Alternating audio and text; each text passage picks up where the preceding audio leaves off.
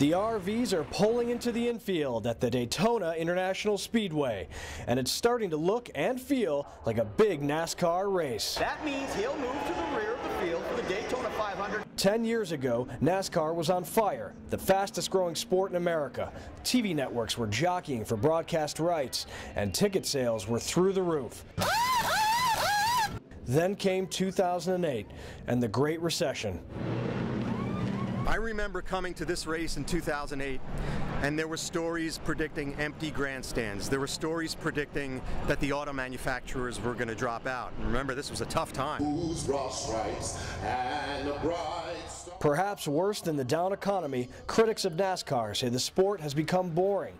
The bickering, aggressive drivers who gave NASCAR its bravado seem to have lost their chip, maybe muzzled by their loyalty to corporate sponsors and by NASCAR's focus on safety. You know, the stars have gotten bigger and there are tighter restrictions on that, so, you know, I think they just got to be able to let the fans get up close and personal again. And I think that's really what's really lacking. No one wants to see anyone get hurt, but certainly fans like to see very spirited driving and spirited competition. And NASCAR's made some changes. We said, boys, have at it.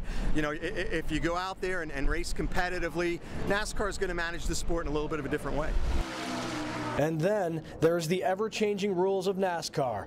This year, the entire system of points have been reworked, possibly causing confusion among race fans and drivers. Obviously drawn quite a bit of attention with the new point system and having to choose which series you're going to collect points in. I don't know if I can necessarily make the judgment on whether that's a good or bad thing. Roaming the infield at Daytona, it is clear that the economy has affected ticket sales and the average fan's ability to come out to the track.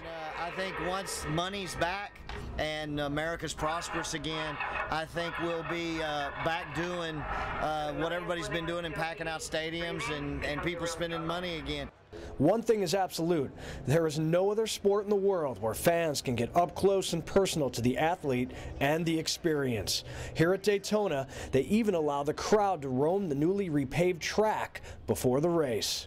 When you can get people to travel from 300 miles away to attend a sporting event, you can count that as true economic impact, because that's the tax dollars that you get from money being spent in the community that you normally can't count on.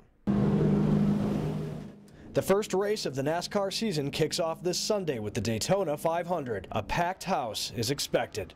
At the Daytona International Speedway, Robert Ray, The Associated Press.